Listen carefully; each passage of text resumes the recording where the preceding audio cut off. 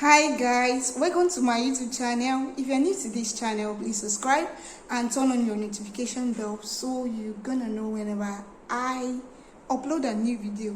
If you're seeing my face for the first time, why not subscribe? In here we discuss about nursing tips, health tips, and beauty tips, and most importantly entertainment, because work study without play makes Jack a dull boy. So we are going to play. In today's video we are going to discuss a topic that is kind of rampant, deeply rooted in culture, in tradition. So it's none other than female genital mutilation, also known as female genital cutting or female circumcision. Nigeria is a country with a high population, and due to its high population, there is high number of female genital mutilation being practiced here. It accounts for quarter of 115 to 130 million female genital mutilation occurrence worldwide. Imagine a quarter of this amount. So it's a huge number of people practicing this female genital mutilation. But before I tell you what this female genital mutilation is, or the causes, or the prevention, or the consequences that it can lead to, we have to know the external female genital that are being cut off, that are being circumcised, the functions, and what it can lead to when you cut off this part. So female genital organ, which is the vulva.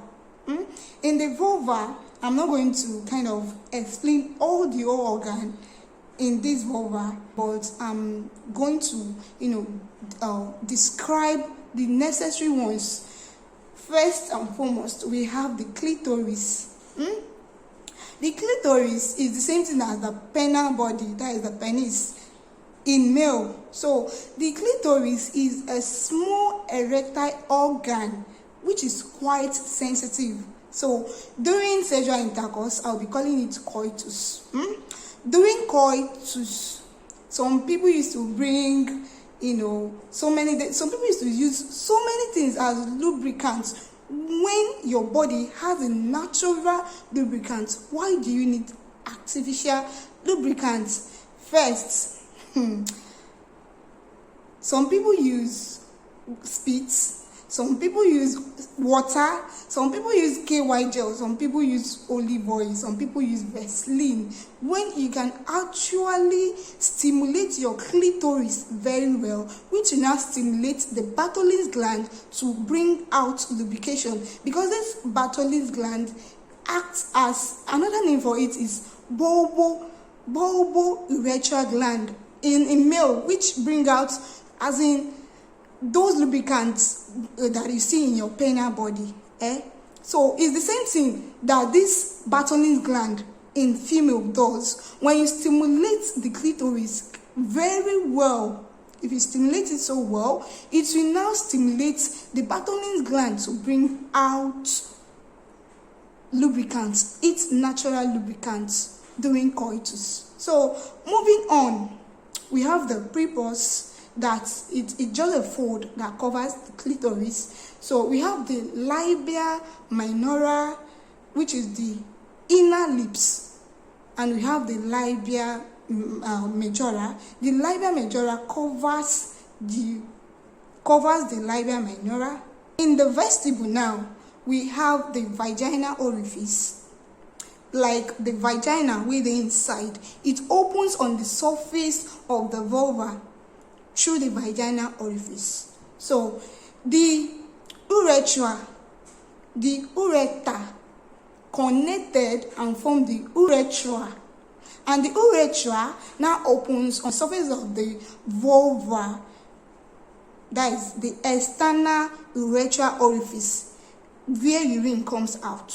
That is the external urethral orifice. So below the external urethral orifice, you see the skin dots, which is the same as prostate gland in male. So beside the vaginal orifice, you will see the Bartholin's gland, which I already told you the function. The vaginal orifice, that is where the sperm passes through. It's a passage for the sperm. It's a passage for the baby, and it's an outlet for all this for menstrual flow, and it's a passage for the penile body. So imagine you cutting any of this genital organ. It will now lead to sexual dysfunction, because when the clitoris is cut off, the person will have no libido. You kind of notice during sexual activities, once you touch that clitoris, once you stimulate the clitoris, there will be change. The level of excitement of the lady will change, which shows its vital role in the sexual excitement or sexual activities. So when all these things are being cut off, stripped, as in so many things done to it, the sexual life of the female will be reduced. So having known all these things, what is female genital mutilation? Female genital mutilation, according to the World Health Organization, is the partial or total excision or removal of the female genital organ due to cultural purpose or non-therapeutic purpose. Female genital mutilation is an unhealthy traditional practice, and mind you, it's a violation of human rights. So, what are the types of female genital mutilation? We have 4 types of female genital mutilation or female circumcision. We have the type 1 known as clitoridectomy. We have the type 2 known as suna. We have the type 3 known as infibulation, and we have the ogapatapata of them all, type 4, which is unclassified. So in type 1, clitoridectomy means removal of the clitoris. So here there is partial or total removal of the clitoris, which is sensitive of that I told you guys now. And in rare cases, the prepuce, the fold, the labia minora comes posteriorly to form the prepuce. So in rare cases, they do cut off the prepuce. So in type 2, which is sooner, it is the excision of the clitoris and the labia minora. In type 3, which is known as infibulation, they do cut the clitoris, cut the labia minora, and some or all part of labia majora, and also stitch the vaginal orifice, leaving a pinhead shape for menstrual fluid to come out. So the type 4, this one involves tertiary cuts, cutting or anger cuts, as in cutting of the labia minora and labia majora, stretching of the clitoris, scraping, incision of the clitoris, cauterization like boning, and the worst part of it, they will now pour corrosive substance inside. Try. What a wicked practice. So, what are the origin or the risk factor? What leads to this female genital mutilation? First of all, we said it's a traditional practice. So, because it's kind of people do believe that something that is traditional don't need to be questioned or stopped. So that is the one risk factor.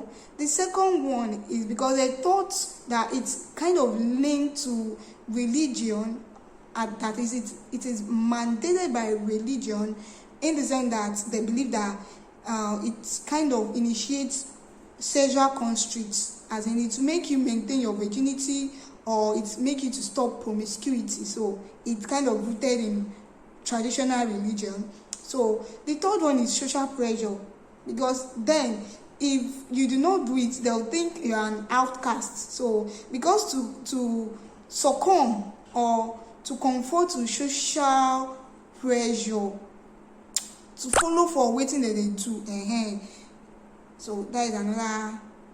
And some people used to believe that, it kind of maintain chastity and modesty.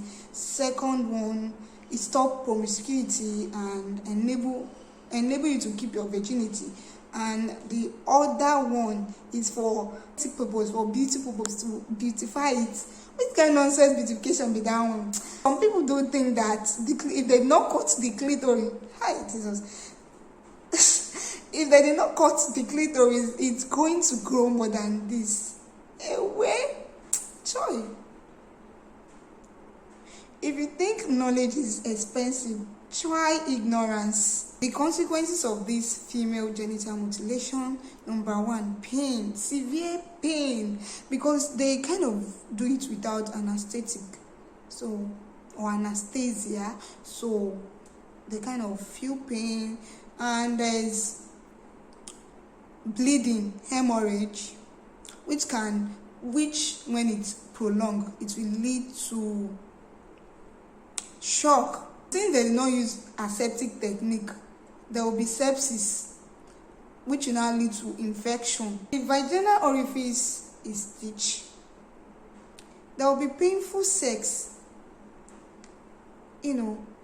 The person will not be able to deliver normal, which will now lead to cesarean section, and which will now increase the hospital stay of the patient. It can even lead to it will kind of lead to baby resuscitation due to prolonged labor, or the baby is trying to struggle to come out because the vaginal orifice is reduced.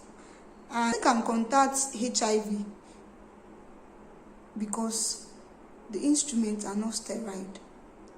Infection, UTI, urinary tract infection. The person will have urine retention because they don't stitch the external urethral orifice, where the urine go from come out. So there can be infertility due to maybe vesicovaginal fistula or reticulovaginal fistula, pelvic inflammatory disease, labial fusion. There are so many consequences that this female circumcision can lead to. This male circumcision is just to remove the false skin that covers the penile body so that it will show. So, and it has no consequences. But you see, this female circumcision, you are kind of removing the important health organ. We can improve the girl's sexual life. Please, if you love your siblings who are female, please help share, repost this video for it to reach many people. Thanks for